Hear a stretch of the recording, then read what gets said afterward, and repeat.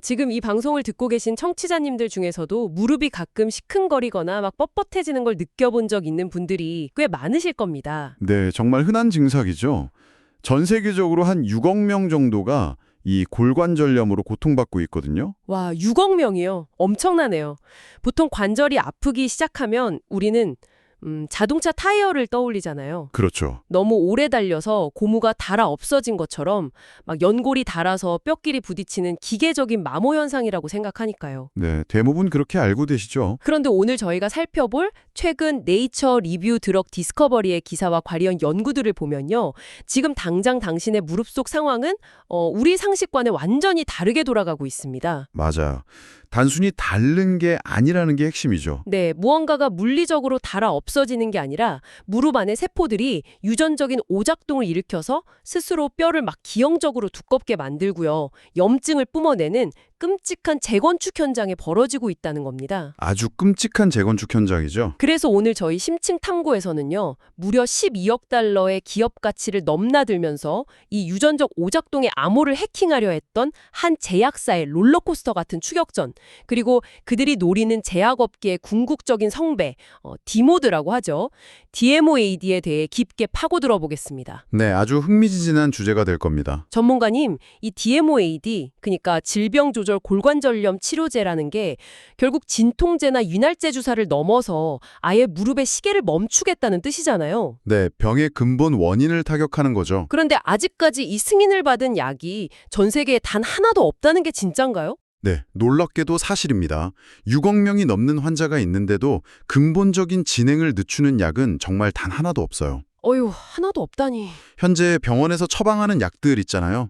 비스테로이드성 진통제나 히알루론산 주사, 심지어 스테로이드조차도 모두 그냥 통증이라는 알람 소리만 잠시 꺼두는 미봉책에 불과하거든요. 아, 불난 집에서 화재 경보기만 꺼버리는 셈이네요. 정확합니다. 그래서 결국 시간이 지나면 연골은 완전히 파괴되고 최후의 수단인 인공관절 수술을 맞는 수밖에 없는 게 현대의학의 뼈아픈 한계입니다. 그렇군요. 그래서 염증을 줄이면서 관절 구조의 붕괴 자체를 막아내는 DMOAD의 개발이 제약업계에서는 진짜 성배를 찾는 일로 불리는 거죠. 그럼 타이어가 닳는 게 아니라면 도대체 우리 관절 안에서는 무슨 일이 벌어지고 있길래 이렇게 약을 만들기가 힘든 건가요? 그 부분이 참 복잡한데요. 제가 오늘 다룰 자료 중에서 캘리포니아 대학교의 낸시 레인 박사 연구를 보니까 뼈 자체가 두꺼워진다는 대목이 나오더라고요. 연골이 얇아지면 뼈도 그냥 같이 깎여나가야 정상 아닌가요? 그게 바로 낸시 레인 박사가 지적하는 골관절염의 모순적인 지점입니다. 뼈랑 연골, 주변 조직이 따로따로 망가지는 게 아니거든요. 아, 따로가 아니다. 네, 얘네들이 서로 잘못된 신호를 막 주고받으면서 연쇄 반응을 일으켜요. 연골이 얇아지기 시작하면 그 밑에 있는 연골아골이라는 뼈가 극심한 스트레스를 받습니다. 뼈가 스트레스를 받으면 어떻게 되는데요? 우리 몸은 본능적으로 거기를 보강하려고 하잖아요. 문제는 이 보강 작업이 아주 비정상적으로 일어난다는 거죠. 비정상적으로요? 뼈를 만드는 조골세포가 과도하게 활성화되면서 뼈가 막 뭉툭하고 뻣뻣하게 두꺼워지고요. 심지어 관절 가장자리에 골극이라고 부르는 뼈 가시가 막 자라납니다. 뼈가시요? 그러니까 뼈가 튼튼해져서 좋은 게 아니라 쓸데없이 뭉툭한 가시가 돋아나서 관절 움직임을 망치고 주변을 마구 찌르게 된다는 거네요. 네, 듣기만 해도 아프죠. 그런데 기사를 보면요. 이 모든 혼란을 조종하는 배후에 아주 강력한 마이스트로가 있다고 지목하잖아요. 바로 윈트, 그 윈트 신호 전달 경로인데요. 네, 오늘 이야기의 핵심입니다. 윈트 경로. 이 윈트라는 게 원래는 우리 몸을 만드는데 꼭 필요한 필수 유전자 아니었나요? 맞습니다. 윈트 경로는 우리가 엄마 뱃속에 있을 때, 그러니까 배아 발달 과정에서 팔다리 만들고 장기 형성할 때 조직을 지휘하는 아주 핵심적인 신호예요. 그럼 어른이 되면 어떻게 되나요? 성인이 된 후에는 대부분 조용히 유지보수 역할만 수행하는 게 정상입니다. 원래 관절 연골세포는 연골 매트릭스를 부드럽게 유지하는 단백질들을 만들어내야 하거든요. 아, 정상일 때는 유지를 잘 하는데 그럼 골관절염이 생기면 어떻게 되는 건가요? 이때 윈트 경로의 스위치가 비정상적으로 확 켜져 버립니다. 류마티스 전문의 릭 로리스의 연구를 보면요. 이 잘못 켜진 윈트 신호가 연골세포를 완전히 재프로그래밍해버린다고 해요. 재프로그래밍이요? 네, 연골을 고쳐야 할 세포들이 갑자기 태도를 돌변해서 연골 필수 성분들을 막 녹여버리는 분해 효소를 뿜어내기 시작하는 거죠. 아, 청취자님, 그러니까 이거네요. 무릎에 있는 문경첩이 그냥 녹슨 게 아니라요. 우리 몸의 선량한 유지 보수팀, 그 세포 직원들이 갑자기 윈트라는 이름의 잘못된 철거 지시서를 받고 폭주하는 상황이라는 거죠. 와, 비유가 아주 찰떡이네요. 맞습니다. 원래는 벽에 페인트 칠하고 금 간곤 메워야 할 사람들이 갑자기 드릴이랑 해머 들고 자기들이 일하는 건물을 부수는 거잖아요. 게다가 바닥에는 시멘트를 쓸데없이 막 부어서 기형적으로 굳게 만들고요. 네, 현재 관절 안에서 일어나는 비극을 아주 정확하게 묘사하셨어요. 외부 적군이 침입한 게 아니라 내부 시스템이 오작동을 일으킨 겁니다. 내부의 배신이네요. 그렇죠. 윈트 신호가 막 너무 강해지니까 연골은 스스로를 분해하고 뼈는 기형적으로 자라고 또 주변에서는 염증성 물질들이 쏟아져 나와서 통증을 가속화하는 완벽한 악순환입니다. 그렇다면 문제의 원인이 그 윈트라는 오작동 신호라는 게 이렇게 명확한데 제약사들은 왜 여태 이걸 차단하는 약을 못 만든 건가요? 그게 참 말처럼 쉽지가 않거든요. 폭주하는 유지보수팀한테 철거 지시서가 안 가게 중간에서 통신망만 싹 끊어버리면 되는 거 아닌가 싶은데요. 바로 거기서 오늘 심층 탐구의 주인공인 바이오스플라이스라는 기업이 등장합니다. 아, 바이오스플라이스요? 제가 이 회사 역사를 좀 찾아보니까 이름도 그렇고 타겟 질환도 엄청 변덕스럽게 바뀌었더라고요. 네.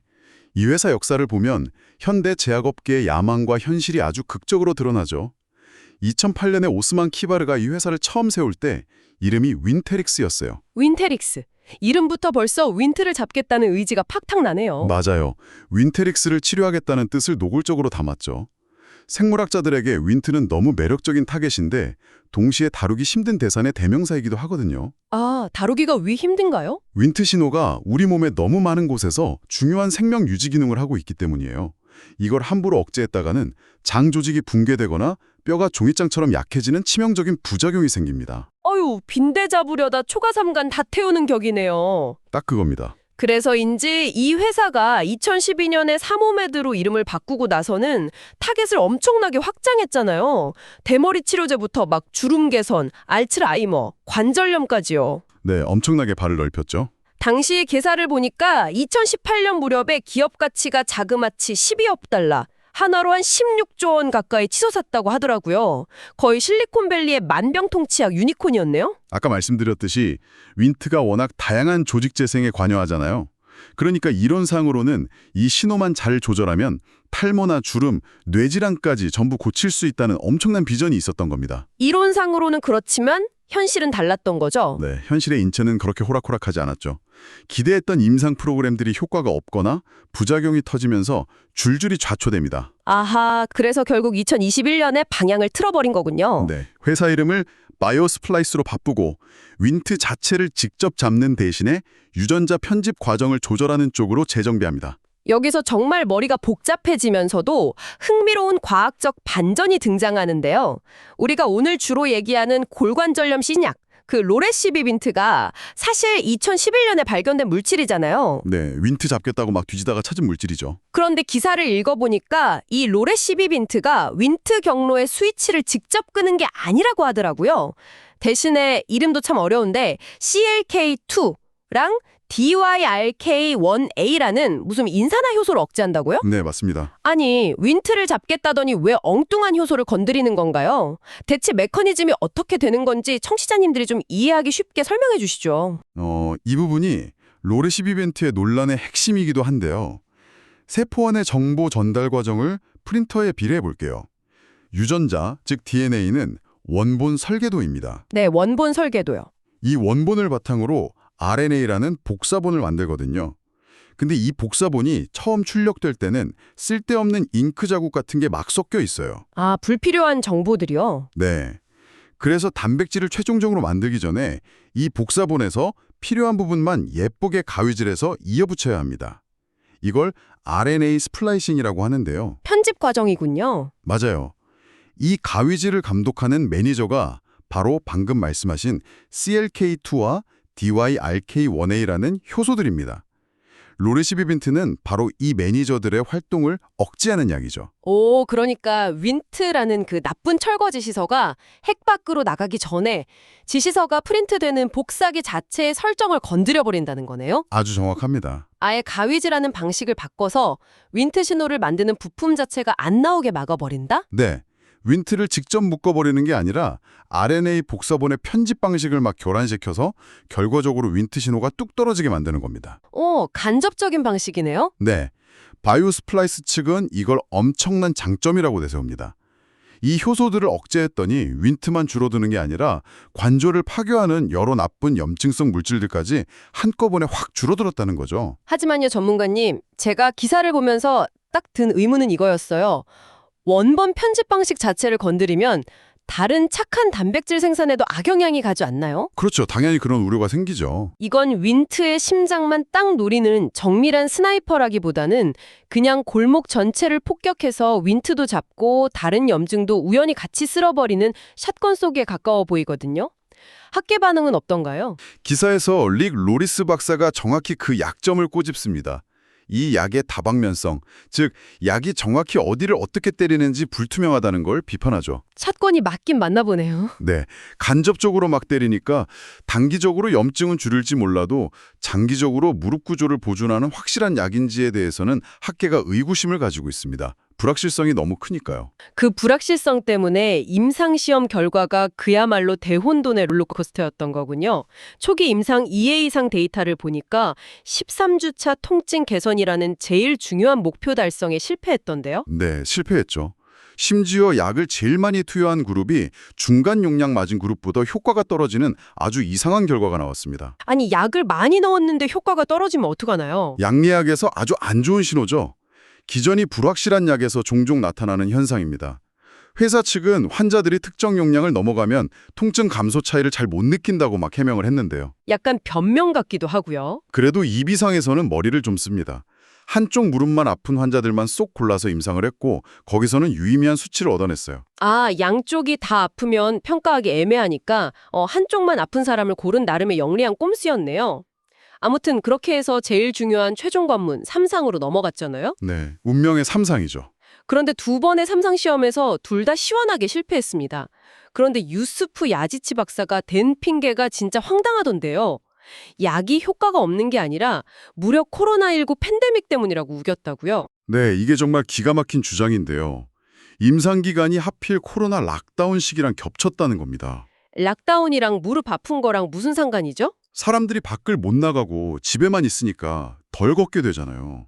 그러니까 무릎에 무리가 덜 가서 가짜약, 즉 위약을 맞은 사람들도 통증이 획기적으로 줄어들어 버렸다는 논리입니다. 아, 가짜약 맞은 사람들도 집에서 쉬니까 안 아팠다. 네, 위약 효과가 너무 커져버려서 진짜 약이 효과를 보여줄 통계적 여지가 사라졌다는 거죠. 와, 진짜 극적이네요. 청취자님들, 시험 망쳐놓고 아, 코로나 때문에 환자들이 안 돌아다녀서 덜 아팠던 탓입니다 라고 하다니요. 투자자나 FDA 심사관이 들으면 혈압 오를 것 같은데요. 이런 핑계가 학계에서 통하나요? 생체 역학적으로 보면 체중 부하가 줄면 덜 아픈 건 맞으니까 일면 타당성은 있습니다. 아, 말이 되긴 하네요. 하지만 증명할 수가 없잖아요. 진짜 약효가 없는 건지 환경 탓인지 통계로 분리해낼 방법이 없거든요. 결국 코로나 끝나고 한 세 번째 3상에서도 또 목표 달성에 실패하면서 거의 사망 선고를 받는 듯했습니다. 세상에, 3상을 3번이나 실패했어요. 그럼 보통 거기서 끝나는 거 아닌가요? 그런데 기사를 보니까 죽어가던 불씨를 살려낸 데이터가 하나 튀어나오더라고요. 네, 기적의 데이터가 하나 나옵니다. 그 장기 연장 시험 결과 말씀이시죠? 276명한테 2년, 3년 차에 매년 주사를 추가로 놔본 거예요. 이게 도대체 결과가 어떻게 나왔길래 분위기가 반전된 겁니까? 1년 후 측정해보니까 약 맞은 환자들이 가짜 약 맞은 사람들에 비해 통증이나 기능이 한 15% 정도 개선된 겁니다. 15%요? 솔직히 그렇게 극적인 수치는 아닌 것 같은데요? 맞아요. 통증만 보면 그런데요. 진짜 핵심은 엑스레이 데이터에 있었습니다. 가짜 약 그룹에 보여서 무릎 관절 간격이 좁아지는 현상을 한 0.1mm 정도 덜 좁아지게 막아낸 거예요. 0.1mm요? 아니, 전문가님, 0.1mm면 샤프심 두께보다도 얇은 거잖아요. 이 미세한 차이가 환자들한테 진짜 희망이 되긴 합니까? 1년만 보면 진짜 미미하죠. 근데 관절염은 수십 년 앓는 병이잖아요. 매년 0.1mm 파괴를 막아준다면 5년, 10년 쌓였을 때 인공관절 수술을 몇 년씩 뒤로 미룰 수 있다는 뜻이 됩니다. 아, 수술을 미룰 수 있다. 네. 게다가 3년 추적해보니 심각한 부작용도 없었고요. 최소한 몸에 해를 안 끼치면서 수술 시기를 늦추는 것, 그게 바로 DMOAD의 진짜 가치거든요. 그렇군요. 그래서 바이오 스플라이스가 그 수많은 실패에도 불구하고 이 연장 시험 데이터 하나랑 안전하다는 기록만 들고 FDA에 신약 승인 신청을 들이미는 도박을 감행한 거네요. 아주 배짱이 두둑하죠. 근데 보통 신약 승인 받으려면 완벽한 삼상 데이터가 최소 2개는 있어야 하잖아요. 예전 같으면 문전박대 당했을 겁니다. 그런데 올해 2월에 FDA가 아주 흥미로운 규정을 냈어요. 미충족 수요가 큰 질환에 대해서는 단 하나의 견고한 임상 결과만 있어도 승인을 고려하겠다고 한 거죠. 와, 타이밍이 기가 막히네요. 네. 그래서 이 도발적인 신청이 FDA의 새 규정을 테스트하는 아주 중요한 시험대가 될 겁니다. 순조로우면 2027년 초에 결판이 나겠죠. 2027년이면 이제 진짜 코앞이네요. 그런데 바이오 스플라이스가 이렇게 간접적인 샷건 방식과 애매한 데이터로 겨우겨우 기어가는 동안 뒤에서 아예 다른 무기를 든 경쟁자들이 맹추격하고 있다고 기사에 나오더라고요. 바로 유전자 치료제들인데요. 네, 아주 무서운 경쟁자들이죠. 이 회사들은 윈트가 아니라 아예 염증 자체를 겨냥한다면서요. 맞습니다. 파시라나 제나센스 같은 기업들이 임상 2, 3상에 진입해 있는데요. 이들은 연고를 직접 찢어버리는 최악의 염증 물질인 IL-1을 타겟으로 삼습니다. IL-1이요? 네, 환자 무릎 안에서 이 IL-1을 억제하는 단백질을 자체 생산하게 만드는 방식을 쓰고 있죠. 제가 이 대목 읽고 진짜 소름이 돋았거든요. 보통 약은 공장에서 화학물질 만들어서 주사로 넣어주잖아요. 근데 이 유전자 치료제는 약을 넣어주는 게 아니라 무릎 관절 안에다가 염증이랑 싸우는 초소형 24시간 단백질 공장을 떡하니 지어버린다는 거잖아요. 맞아요. 환자 무릎이 스스로 약을 만드는 공장이 되는 거죠. 이게 기술적으로 진짜 가능한가요? 과거 20년 전에 암젠이 그냥 단백질을 주사했다가 관절액에서 너무 빨리 빠져나가서 실패한 적이 있거든요. 그래서 이 새로운 회사들은 바이러스 벡터 기술을 씁니다. 바이러스를 쓴다고요? 네, 회로운 바이러스 내부를 싹 비우고 거기에 IL-1 억제 설계도를 담아서 무릎세포로 배달하는 거죠. 아데노바이러스나 AAB 같은 운반체를 써서요. 한번 쏙 들어가면 최장 1년 이상 약효를 지속적으로 뿜어냅니다. 우리 몸을 제약 공장으로 개조해버리다니 발상이 미켰네요. 그런데 이 염증 막는 방식이 진짜 연골 파괴를 막는 DMOAD 역할을 할 수 있다는 근거가 있나요? 아주 결정적인 우연한 증거가 하나 있습니다. 예전에 노바티스가 10,000명 넘는 환자한테 심장병 약으로 IL-1 억제제인 카나키노맙이라는 걸 썼거든요. 심장병 약이요? 네. 그런데 나중에 보니까 이 약 맞은 환자들이 인공관절 치환술을 갖는 비율이 무려 40에서 50%나 확 줄어드는 거예요. 헉, 반토막이 났다고요? 네. 심장 고치려다 무릎 수술이 절반으로 줄어든 거죠. 이게 바로 IL-1 억제 기전이 관절 파괴를 막는다는 완벽한 생물학적 증거로 꼽히고 있습니다. 와, 페니실린이나 비아그라처럼 의학의 역사는 진짜 이런 우연과 통찰이 겹쳐서 만들어지는군요. 오늘 저희가 퇴행성 관절염을 대하는 과학계의 패러다임이 완전히 뒤집히는 현장을 살펴봤습니다. 네. 의미 있는 변화죠. 수백 년 동안 관절은 그냥 쓰면 닳는 기계 부품 취급을 받았고 아프면 진통제로 비명만 끄는 수준이었잖아요. 하지만 이제는 윈트의 오작동 스위치를 끄려는 바이오 스플라이스와 무릎 안에 유전자 공장을 세우려는 혁신가들의 숨막히는 추격전이 벌어지고 있습니다. 누가 첫 승인을 받든 생물학적 메커니즘을 조작해서 관절 노화를 지연시킨다는 게 입증되는 순간 인류는 완전히 새로운 무기를 얻게 되는 셈입니다. 네, 오늘 이 놀라운 탐구를 마치면서 방송을 들으시는 청취자님들께 한 가지 흥미롭고 어쩌면 조금 오싹할 수도 있는 상상을 던져보고 싶습니다. 오, 어떤 상상이죠? 만약에요, 이 DMOAD 기술과 유전자 치료가 극한으로 발전해서 오직 여러분의 무릎 관절만 20대에 완벽하고 탄력 있는 상태로 영원히 늙지 않게 고정할 수 있다면 어떨까요? 무릎만 20대 상태로요? 네, 인체의 심장이나 뇌, 척추는 자연의 섭리대로 70대, 80대로 늙어 기능이 떨어지는데 다리에 무릎만 삐걱거림 하나 없는 강철 같은 기재처럼 영원히 구동되는 인간 말입니다. 어우, 상상하니까 좀 기괴하기도 하네요. 는 자연스러운 과정이 아니라 무릎, 어깨, 고관절 이렇게 부위별로 유전자를 분해하고 리콜해서 수리하는 일종의 생물학적 사이버그 시대가 우리 눈앞에 다가온 것은 아닐까요? 무릎의 시린 고통이 영원히 사라진 미래의 병원에서 인류는 자신의 몸을 대체 어떤 형태로 조립하며 살아가게 될지 오늘 밤 한 번쯤 깊이 상상해 보시길 바랍니다.